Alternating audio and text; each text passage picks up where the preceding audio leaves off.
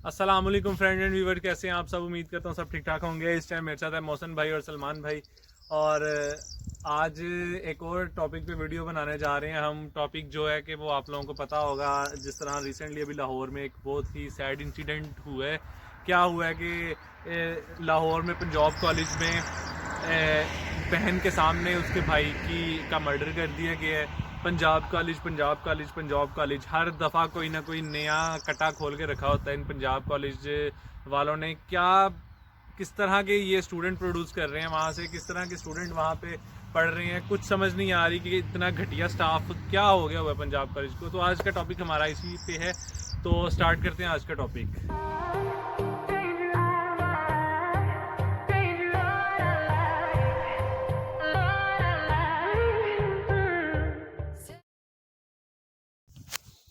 तो जिस तरह टॉपिक आज का यही था कि ये जो भी रिसेंटली वाक़या हुआ है पंजाब कॉलेज में, एक बहन के सामने उसके भाई का मर्डर कर दिया गया है। उसका सारा, पहले मैं आपको थोड़ी सी उसकी स्टोरी सुनाता हूँ। उसमें ये स्टोरी हुई थी कि जिसका मर्डर हुआ लड़के का, उसने उस लड़के के साथ थोड़ी सी कोई वो हुई थी, मुँह मारी हुई छोटी सी बात पे।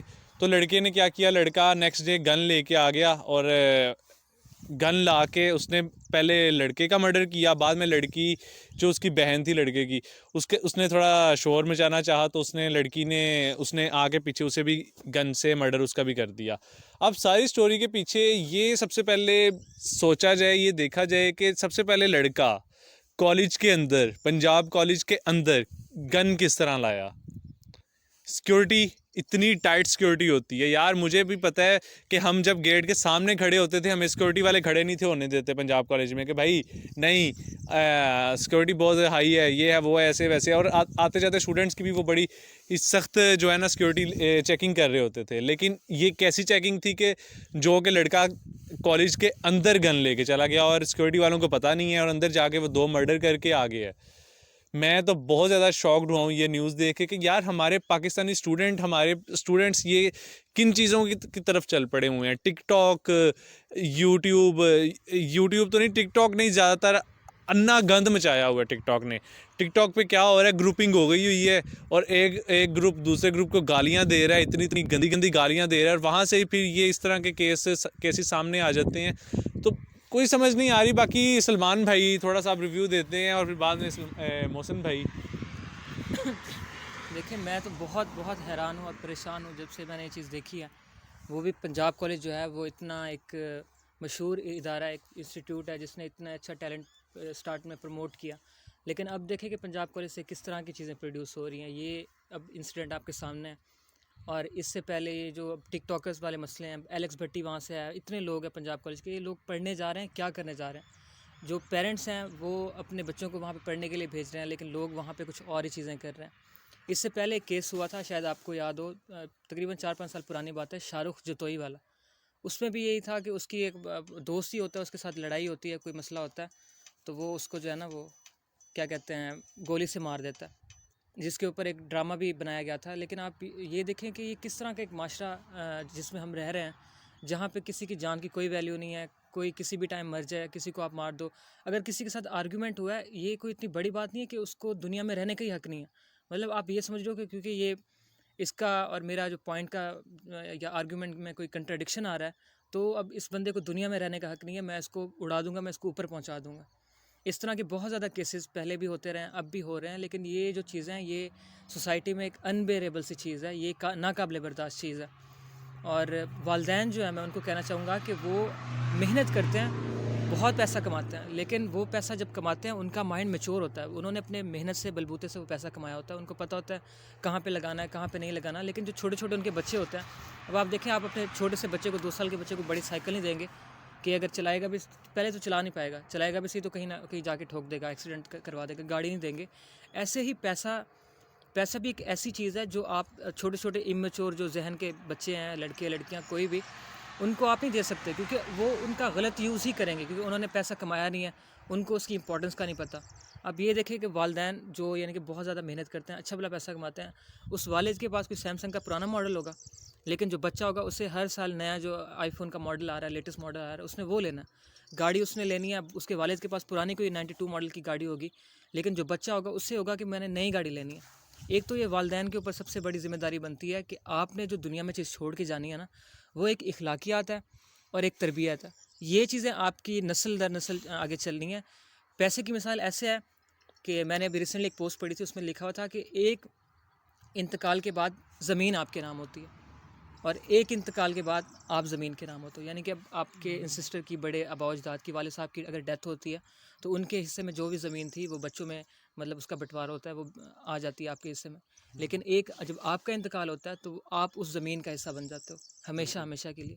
तो आपने जो चीज़ें पीछे छोड़ के जानी है वो सिर्फ इखलाकियात और तरबियत। आप ये देखिए, जितने भी बड़े लोग हैं, बिल गेट्स, मार्क ज़करबर्ग, इन्होंने कोई अपनी जितना भी पैसा कमाया उसका 90% इन्होंने एनजीओज़ में वो लगाया हुआ है कि जब हम मरेंगे तो इतना पैसा 80%, 90%, 95% ये एनजीओज़ में चला जाएगा मुस्तहिक लोगों के लिए, और जो अपनी औलाद को वो हम देंगे ना, वो 5% या 10% देंगे ताकि वो कोई बिज़नेस स्टार्ट कर सकें।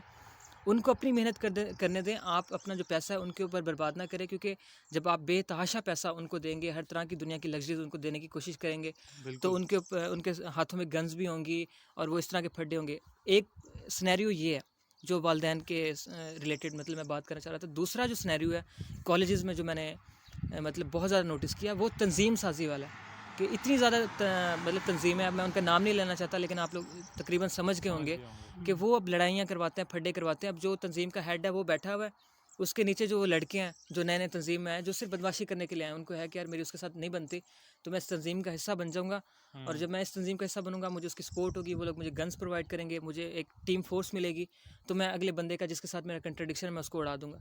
अब ये जो इंसिडेंट हुआ है ये दो चीज़ों की वजह से हो सकता है, या वालिदैन की, पेरेंट्स की गफलत की वजह से, या फिर तंजीम साजी जो कि कॉलेजेस में, यूनिवर्सिटीज़ में आम तौर पे पाई जाती है, जिसका नतीजा जो है ना फिर हमें इस तरह की चीज़ों के साथ भुगतना पड़ता है। तो अभी मोहसिन भाई अपने थोड़े से रिव्यूज़ देंगे, मैं माइक उनकी तरफ करता हूँ। आजकल ऐसा करना ना, यंग जनरेशन के ना बिल्कुल सब्र तो हमारा बिल्कुल ख़त्म हो गया हुआ है। उनसे उनके ना बर्दाश्त बिल्कुल नहीं रहेगी।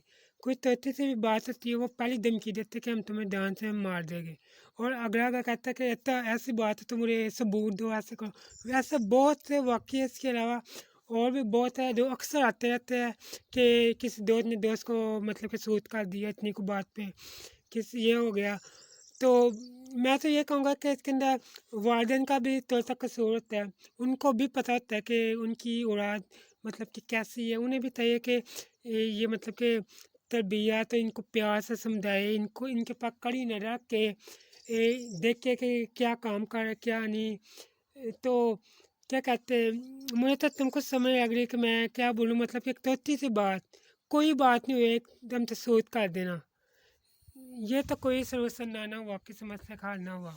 बाकी एट द एंड मैं यही कहना चाहूँगा कि इसमें जितने भी होता है ना कसूर, मैं फिर बुरा लगेगा, मेरी शायद ये बात आप लोगों को कड़वी भी लगे, लेकिन बुरी भी लगे, लेकिन हकीकत यही है कि ये वही बच्चे होते हैं जिन्हें पीछे से पेरेंट्स की सपोर्ट होती है, जिन्हें पता होता है कि भाई हम जेल में चले जाएंगे ना, मेरे अब्बू ने आगे छुड़वा लेना है, कोई ना कोई बड़ा बंदा होगा, कोई ना कोई बड़ा बंदा इनके हक में, इनके सपोर्ट में ज़रूर होता है, जिसकी वजह से इतना बड़ा स्टेप लेते हैं। अदरवाइज़ मुझे पता है यार मेरे पीछे आने वाला कोई नहीं है, मैं ना किसी के साथ लड़ूंगा, ना किसी के साथ कोई पंगा लूँगा, चुप करके अपने यार काम जाऊँगा और अपने काम से वापस आ जाऊँगा। जब मुझे पता होगा ना भाई मेरे पीछे सपोर्ट है, मेरे अब्बू आ जाएंगे, मेरा चाचा आ जाएगा, मेरा मामा आ जाएगा, मेरा ताया आ जाएगा, फिर मैं भी इस तरह के काम करूँगा। तो मेरी उन पेरेंट्स से रिक्वेस्ट है कि अपने बच्चों पे थोड़ी सी नज़र रखें, अपने लिए नहीं तो दूसरों के लिए यार नज़र रखें, क्योंकि अगर आपका बच्चा ख़राब है तो यूनिवर्सिटी में जो अच्छा बच्चा पढ़ने आता है, जो सही बंदा पढ़ने आता है यूनिवर्सिटी कॉलेजेस में, जाके उनके साथ इस तरह के ड्रामेबाजियाँ, इस तरह की घटियापन करने की ज़रूरत नहीं है कि उनके पेरेंट्स शायद, अब पता नहीं उन कि जिसकी बेटी और जिसका बेटा, अब इतना बेटा तो दुनिया से चले गया, अब